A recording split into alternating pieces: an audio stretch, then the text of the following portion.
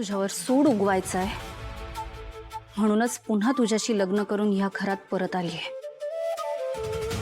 खरं तर माझी मेमरी परत आल्यावर लग्न मांडवातच मी तुझ्याबद्दल सगळ्यांना खरं सांगू शकले असते,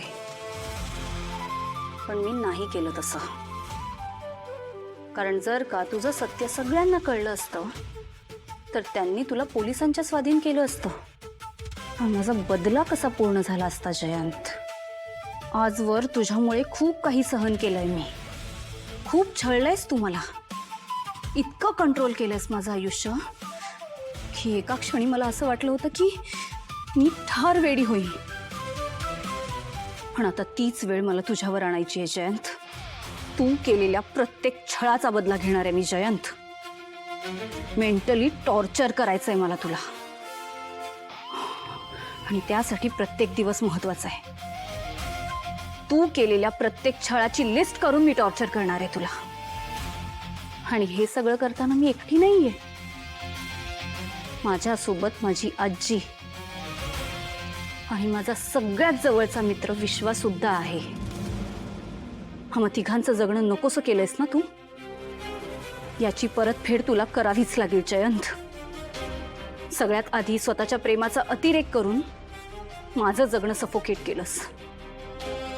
त्यानंतर जेव्हा माझ्या आजीला तुझं सत्य कळलं तेव्हा तिचंही आयुष्य उद्ध्वस्त केलंस. तुझ्यामुळे आजी कोमात गेली माझी. आणि विश्वा, त्याला छळायची तर एक संधी सोडली नाहीस तू. मी तुझ्याकडे परत यावं म्हणून खूप त्रास दिलास तू विश्वाला. माझ्यावर मालकी हक्क दाखवून घुसमट केलीस त्याची.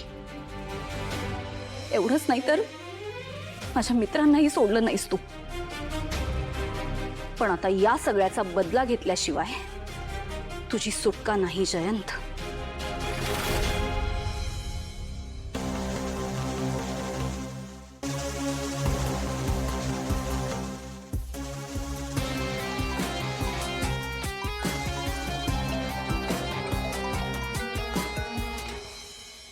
हाँ जयंत सर.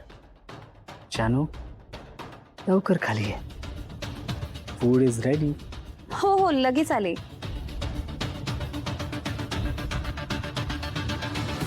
तुझ्यावर जर का सूड उगवायचा असेल ना जयंत, तर तुला असंच खेळवत राहणं गरजेचं आहे. तू जसं तुझ्या प्रत्येक छळाला प्रेमाचं नाव दिलंस ना, तसंच आता प्रेमाने काटा काढणार आहे मी तुझा.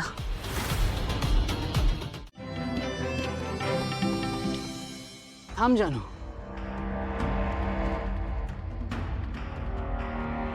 काय झालं? याने असं का थांबवलं मला? माझी एक विश होती. तू खूप सुंदर गातेस. म्हणजे आपण त्या दिवशी फिरायला गेलो होतो ना, तेव्हा किती सुंदर गायली होतीस तू. नाही म्हणजे तुझं गाणं ऐकल्याशिवाय मला हे जेवणच जाणार नाहीये. प्लीज माझ्यासाठी गा ना.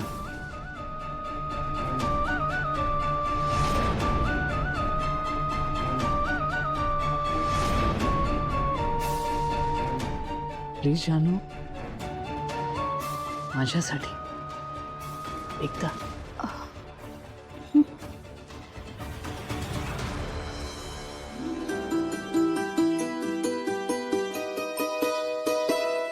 नको चंद्र तारी फुलांचे पसारे, जिथे मी रुसावे तिथे तू असावे.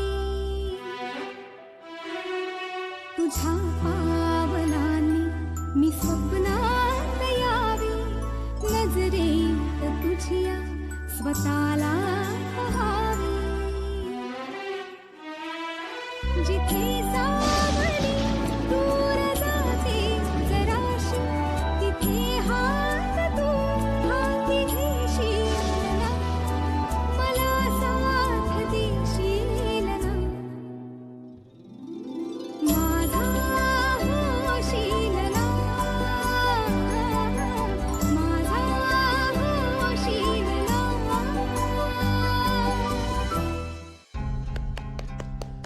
Wow, wow, that was so beautiful. जानू, खरंच थांब ना जानू, पण अजून माझं मन नाही भरलं. Please just once more. अजून एकदा. मी उद्या गाते ना तुझ्यासाठी, प्रॉमिस. आता मला झोपू दे प्लीज. नाही जानू, जानू प्लीज एकदा माझ्यासाठी. माझ्यासाठी गाशील ना तू पुन्हा एकदा.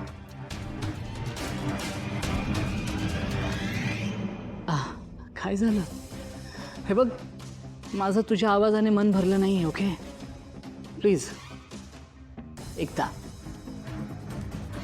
तुम्हाला माहितीये का हिने काय केलंय ते? त्या मेहनतीने माझ्या आई बाबांनी एक जमीन घेतली होती, त्या जमिनीचे पेपर चोरले तिने. एक नंबरची चोर आहे ही. चोर, कळलं ना? चोर आहे. तू काय केलंस ते सांग ना. आयुष्यभर ज्या बायकोने तुला सपोर्ट केलंस तिलाच सोडून दिलं का तर तुला सक्सेस मिळाला. एक मिनिट, मी तुला सोडलेलं नाही. तू गैरसमज करून निघून गेली होतीस. मी कसले गैरसमज केले? मी खरं तेच बोलले. तुझ्याशी ना वाद घालण्यात काही एक अर्थ नाहीये. तुला स्वतःशिवाय दुसरं काहीही दिसत नाही. मग कशाला वाद घालतोस? नको घालू ना. बरोबर आहे, नाही घालणार. पण एक गोष्ट लक्षात ठेव, तुझ्याशी लग्न करण्याचं डिसिजन जे होतं ना, ते माझ्या आयुष्याचं सगळ्यात वर्स्ट डिसिजन होतं. हे तर मी म्हणायला हवं होतं. सगळे मला म्हणत होते याच्याशी लग्न करू नको करू नको, तरीही मी लग्न केलं. वेडेपणा केला मी आणि अडकले तुझ्यात. मग जा ना. कोणी थांबवलंय तुला? कोणीच अडवलेलं नाहीये. जा, निघ इथून. एक तर व्यंकी दादाचा ऍक्सिडेंट झालेला आहे,